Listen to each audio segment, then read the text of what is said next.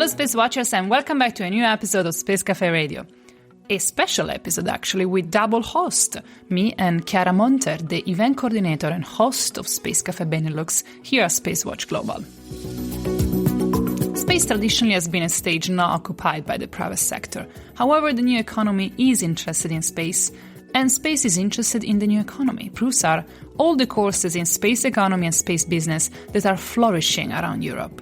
In today's episode, Emma and I will interview Professor Andreas Wittmer, the head of International Networks, academic director of the CEMS Master of International Management, and senior lecturer in management with special focus on aviation at the University of St. Gallen in Switzerland. Professor Wittmer is also program director of Space for Business, the first business program for the new space economy in Europe. Andreas, welcome to Space Cafe Radio. How are you? I'm fine. Welcome.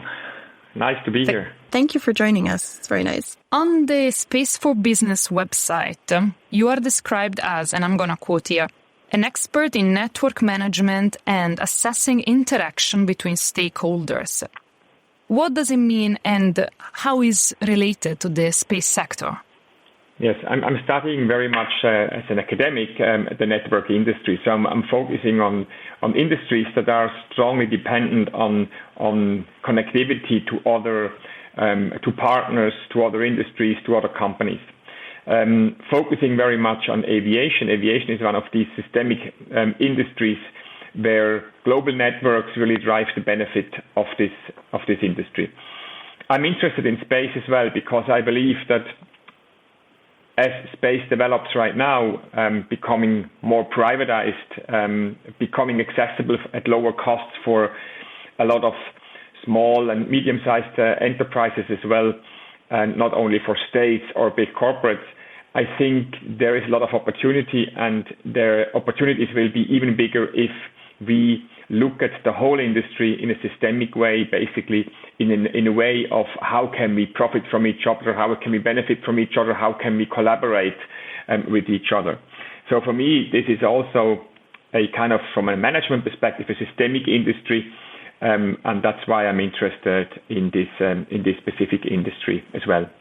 So when we say about network management, linked to space for you is the ability to connect different stakeholders involved in the space environment and try to make them communicate between each other. Yes, I think that goes into whole supply networks. I mean, if you go further, then you have a lot of, in the upstream market, suppliers that supply to the technologies and the development of the space industry. So you can have whole supply networks and optimizations of supply, but then you have the downstream markets, and we don't know yet all the benefits and what this will really mean for the downstream market. But there's so much that is probably becoming possible in the future that we may have a challenge of having increasing space activities, which of course come with also some challenges and maybe negative effects. And then it becomes crucial that in the downstream markets we collaborate and we are actually using the benefits we get from space in collaboration to also just reduce space activity, you could say. I mean, I'm always comparing it with aviation. If you go back 30, 40 years in aviation, go back 40 years, we did not have any a problem with the climate. We did not have a problem with crowded airspaces. We did not have a problem with all these infrastructures we had to create. But if you look at aviation right now, 40 years later, we have a problem. We have a problem with scarcity of infrastructure, scarcity of airspace, and we have a huge climate problem, and aviation does its part. So my hypothesis is, in 40 years from now, we talk about similar topics in space, in the space industry.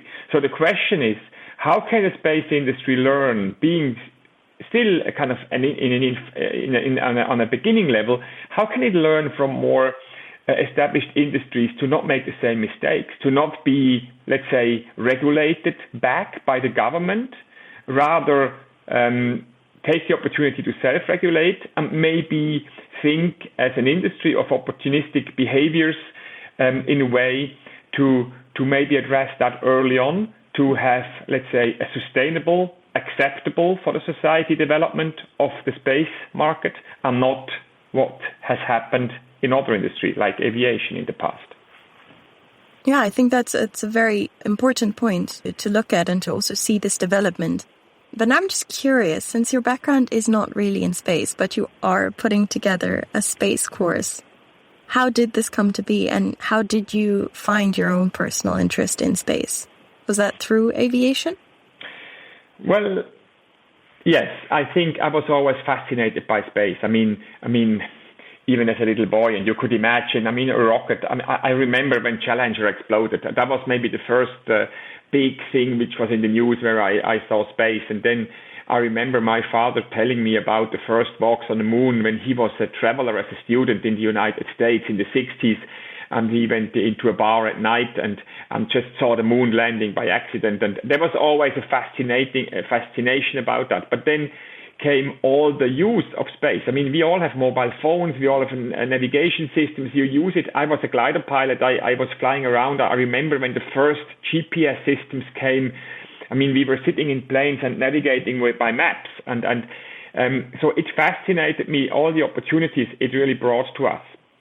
But I'm not a space expert. I am a management expert, so I'm doing international management, and I focus on systemic management or systemic industries on a global scale. And I think that's also what I would like to teach or what I would like to bring into this program. It's a management program. A management of a space company is not so different to management of any other company, right? There is a technology behind which is very different. But the basics of management, the basics of being successful in a systemic global industry is not so different. And I think we can learn a lot from more established industries on the one side, but on the other hand, just from the basics of management. And what we see in this industry, as it's a very, let's say, a strong industry on engineering and on technical development, I think we have, to a great extent, certain lack of proficient management knowledge and how to create the right business models, how to collaborate with others, how to not see others as competitors but as cooperation partners to be even better together. And I think that's exactly where we can come in. There's another point. I've been in aviation. I did establish this aviation research center 17 years ago. And there is about another 17 years until retirement. So you need to do something with your life, right? And so space may just be what motivates me for the next years. Seems like a good motivation. It's interesting how you say that the tech is different, but the management is the same. And space obviously is somehow a new industry. So it is interesting the perspective of saying there is much to learn from space, from more established industry mechanism. Speaking about the Space for Business program, what is all about? Well, we are 3 universities. St. Gallen, then there is Nova School of Business in Lisbon, and there is Rotterdam School of Management in Rotterdam.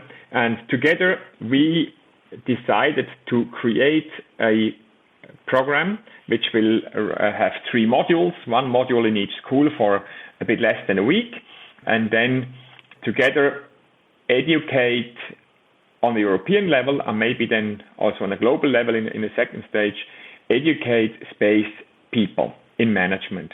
So we did our research, and we looked I did some research quite a few years back in a European funded project where we looked at this market already. That was about 2013 or so.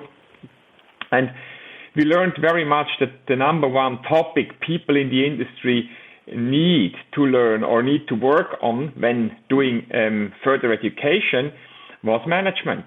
We asked in our research about where they need further expertise and where they need support from universities, where they would like to be trained. And we thought it will be in some specific fields of engineering, maybe in technical fields, maybe about many different topics. But we found out that we had the highest need in management. So now it took a few years to actually find and come together with the right partners and then really develop it. And we developed it over a couple of years now. And I think we are now ready to deliver the right input for this industry. In St. Gallen, we focus on understanding kind of the space economy system from a management perspective.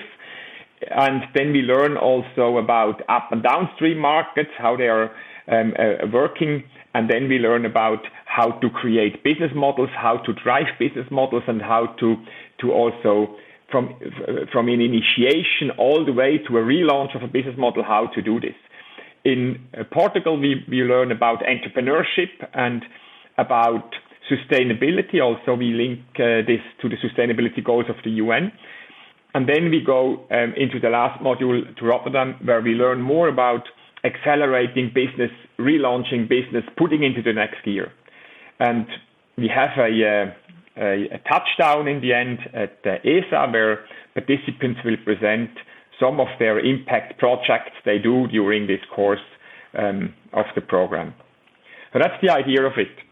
I'm one of those scientists that don't know anything about management. I belong to that group, completely different background. So can you, if you say management, my mind think about how to start a business and how to maintain it. Is this correct?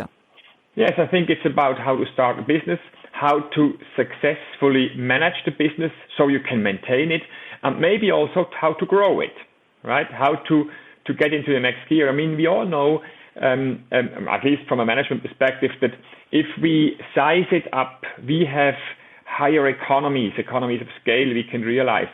So basically, we can reduce our costs with respect to the increased output we can deliver. And that's often what is needed to sustain a business. And especially when you start up, often you start up as a spin-off from a tech university. You come up into the market, you get some funding, maybe you're supported from ESA or something, some other organization, National Space Organization. And that funding runs out at a certain point of time. And within this time, you need to have your product ready, but also your organization. And you have to have, you have to be able to self-fund yourself. Otherwise, you're out of the market very quickly. And I think that's what we try to help with. But not only this, it's also for established companies to have their employees understanding how you do things in a management context or in a business context. On the website, the program says that one of the skills that the students will learn is to understand the interrelations of the new space economy environment, taking into account political, regulatory, economic, environmental, and social issues. What is actually your definition of the new space economy environment?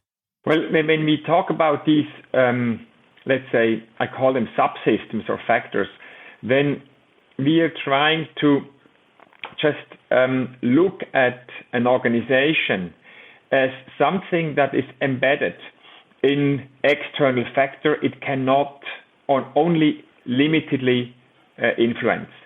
So you have always an economic kind of system, or you have an economic issues around you that influence the way you do business. You have always a society around you that has an influence on how you do business.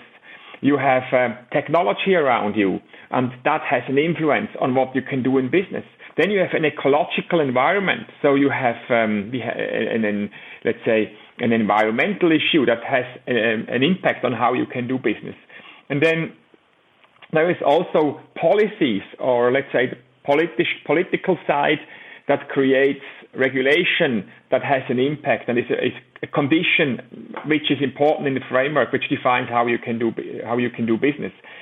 And we believe we need to understand these environments or these subsystems first to know how we can position a company and how we can manage and how we can steer a company and how we can benefit from whatever is surrounds us.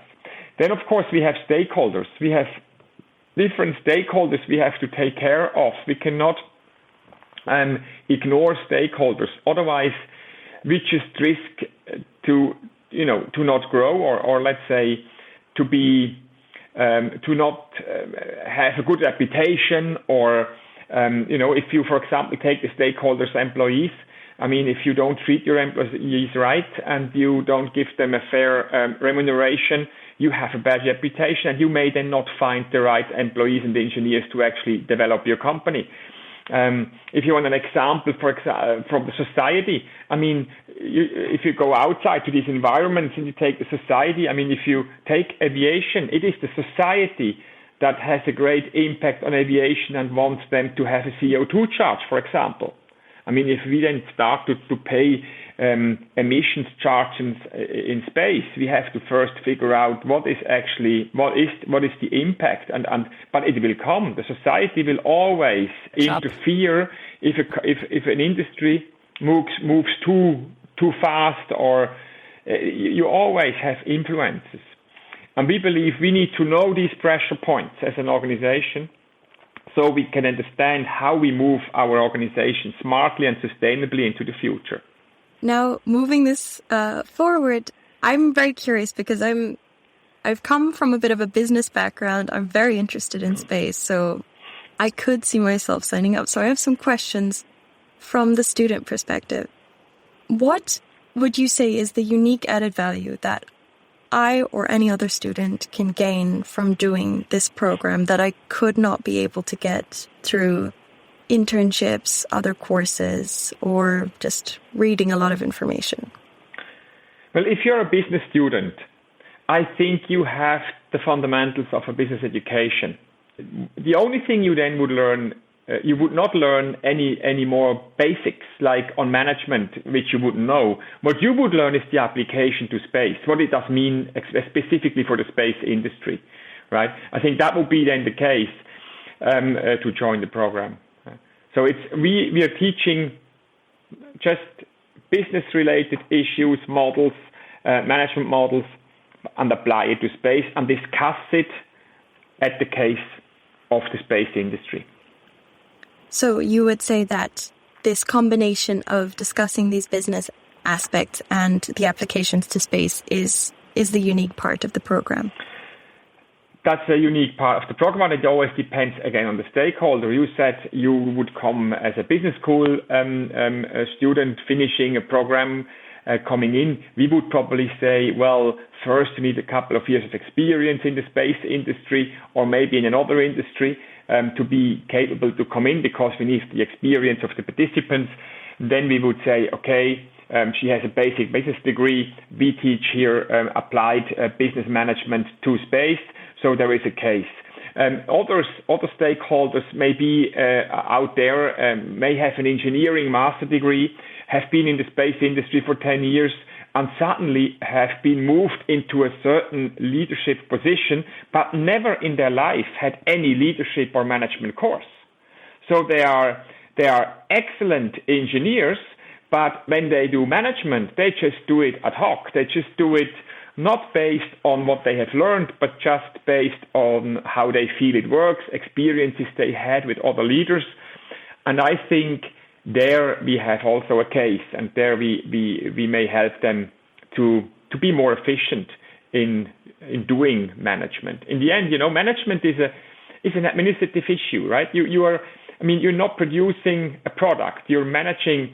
And the more efficient you can do that management, the more efficient you can do that administration, the more time you have for development, and maybe especially for an engineer, maybe for more interesting work than doing administration, right? So if you have the right tools, if you know how to do it, you can just also be way more efficient. Oh, for sure. Yes. So you've touched upon this slightly, but what are the prerequisites for a student? So you've mentioned experience or working in the field. Are there any other things that you would say are quite important? Stay with us. We'll be right back. Moving is right up there with death and divorce in the Stress Olympics. But fear not. Turn that box of woes into a crate of woes with moving tips in the Life Beyond Boxes podcast with Premium Q Moving. Dive into the world of hassle-free moves, learn tips and tricks to save on cash and your sanity. Say goodbye to those moving meltdowns and hello to the smooth sailings. Or should we say smooth movings? Tune into Life Beyond Boxes with Premium Q Moving on lifebeyondboxes.com or find us on your favorite podcast platform. And with us, unpack the secrets to a stress-free move. Well, I think we demand that the participants would ideally have at least a bachelor's degree, or if they don't have such a degree, that they have really a number of years of experience from the industry. So we are on a certain level when we discuss some issues in the classroom, in our program. We do also, if somebody comes directly from a university, feel it is important to have a few years of work experience, preferably in the space industry or in a linked industry to that, but also otherwise it helps. In the end, what we're doing is we're looking at each applicant case by case, and we try to just look if the applicant fits into the program and into the group of people we are having in the program. So we have we ensure good discussions, and we ensure that we don't have we like heterogeneity in the group, but not in a way it takes the whole group down. Okay, that's good to know. Now, you mentioned a few skills that students will obtain at the end of Module 1, which are understanding the interrelations of the new space economy environment, finding business opportunities, and how to bring their own business model into next gear. Now, I was wondering, what does this mean when they leave this first module, practically speaking? Should the participants have a business model in mind that they're working on? Do they bring one already? And what should they ideally step out of Module 1 with? Actually, they don't really necessarily have to have, let's say, a business model in mind or anything in mind. It's kind of the start module. So we bring them in. We do have contact with them already. So we work already with them virtually online. And we prepare them already for their impact work. They do some impact paper where they will develop something which benefits their company. And they're thinking of these topics. Some of them may have those topics ready in the first module. Some may not have them ready yet. But I think the first module is just also to setting the stage. We lay the table, right? We put up the system. We discuss together how we understand the system.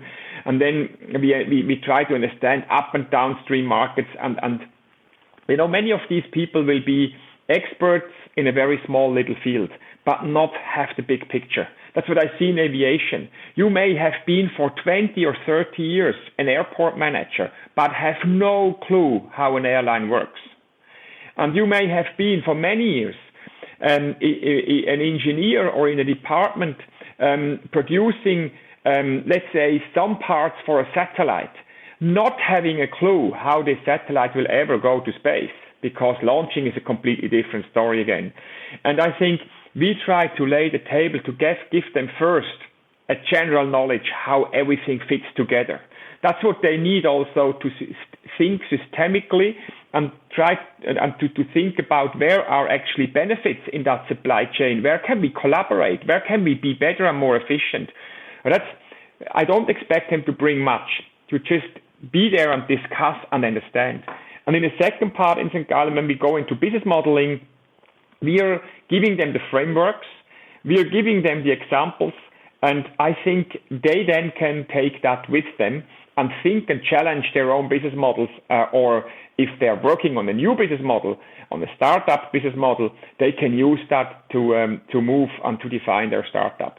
In the last module, when we are in Rotterdam, there we are scaling up. There we are coming back to these issues, and there we are really a big step further, and there we're trying to learn and teach them how to scale up their business. Sounds great. So it's really a step-by-step process of first gathering that information and building up your own understanding again.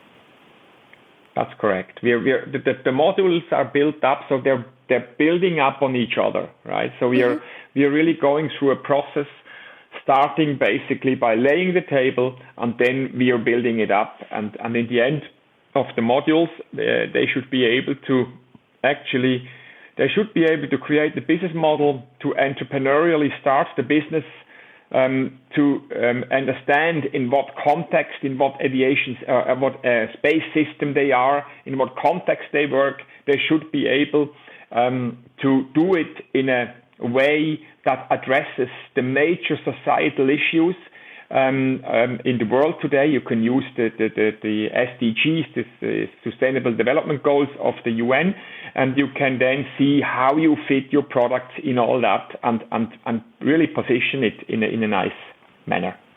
Because you do mention that you have people joining the program from different backgrounds, from different levels, from different amounts of work experience. So it is probably very interesting to also have that exchange between the participants and get their input. And then my question would be, do you ensure that discourse also between participants? And if yes, how do you ensure that happens?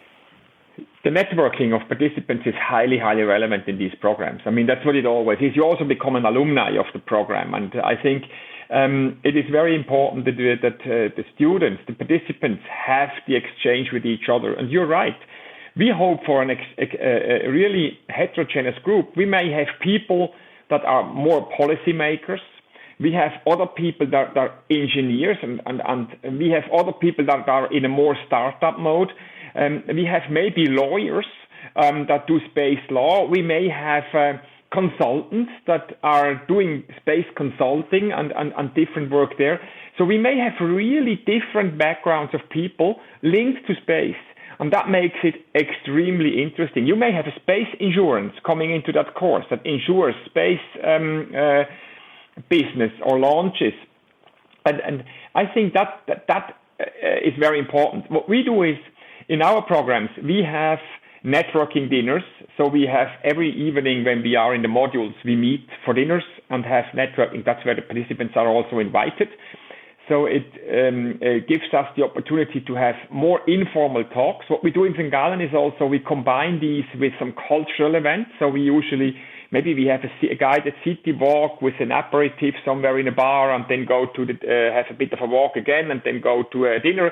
Maybe one evening we have a visit to the cathedral, the famous cathedral, and then have a dinner afterwards, and we walk, and we talk. We have these lunches. We have defined 1 to 1.5 hours slots for lunches, which is quite long. I mean, sometimes you see that shorter, but we do that because if we really want to sit down for lunch and talk and exchange, we have half an hour coffee breaks, in the morning one, in the afternoon one. Half an hour is again long enough to have some talks. It's not just 15 minutes or 5 minutes, but we have more than that. And on the last day, we have an excursion. We have a bus ride, and we go to visit a couple of companies. So we sit in the bus and have time to talk, and we visit companies and have exchanges with these companies in the space industry, which really enables to talk together. So I think very important point. Networking is very important. And I see that in our aviation programs. Once you have been through the program, you are really part of it. You know your colleagues. The contacts, they're not breaking off afterwards. We have get-togethers. We had the first program 7-8 years ago. We have get-togethers on a yearly basis. It's kind of like a community that is really established here. And obviously your hope is that the engineer, the policymaker and the lawyer get together and put together a company. That's when it's getting really great. I have a curiosity, Andreas, from your informed point of view. The space market obviously is exploding, as you pointed out, is growing faster than itself in a sort of way. Like all markets, I would expect that it's going to get saturated at some point. There's how many CubeSat we can launch before we don't need anymore. Well, that's a very fair point. And that's exactly why I think we should think about collaboration, about the whole space system, and think about how we move in the future as we may come to an end. Or you could say you may always launch CubeSats and other satellites into space because they have a lifetime, right? They have a time when they're out of life. But this will only work if we also take care of, let's say, the space waste. I mean, if we have ways of getting all satellites down again, because otherwise you may have the society that comes in and says at a certain point, enough is enough. and then you have that problem, right? So you have a good point. I think we will be launching it. There will be a need in the long term, but there is also a need to take satellites down again. So we put them up for a certain period of years or time, and then we take them down again, and we launch new ones, and we need to find solutions for that. Thank you very much. Andreas, would you like to add something? Is there something we missed out or you would like to highlight about the course, about Space for Business? Maybe one point I could make.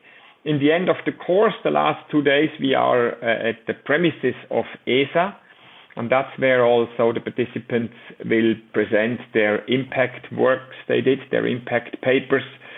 And so it's kind of the touchdown there where we have insights also from practice and have really the chance to listen to each other's impact papers and learn from that as well. So that's maybe one point to make. Well, I'm looking very much forward to the first crowd of participants finishing in Holland there at ESA. At the moment, the program has launched. We're going to have the first module in March. We are not fully booked yet, but we are on a good level where we are able to do the program. There are still a few possibilities. I think there are about 5 or so opportunities left, which we are happy to take in the first module. We don't want to go too big in the first module. We are actually happy with what we got. How many? At the moment, we are 11. Okay. Mm-hmm. And we need to be 10. We want to have groups of around 10. We can be less than 10. We can be 8. But I think 10 is a good size. Fantastic. Thank you very much, Andreas, for being with us. It was a pleasure. And we are looking forward to have the other professor of Space for Business here with us to illustrate us the view of this new course and also the view on the new space economy and how to manage the new space business sector. So thanks a lot. Yeah, thank you very much. And we're definitely curious to see how this progresses, especially with the modules starting. Yeah. Bye-bye. Thank you. Bye-bye. Bye.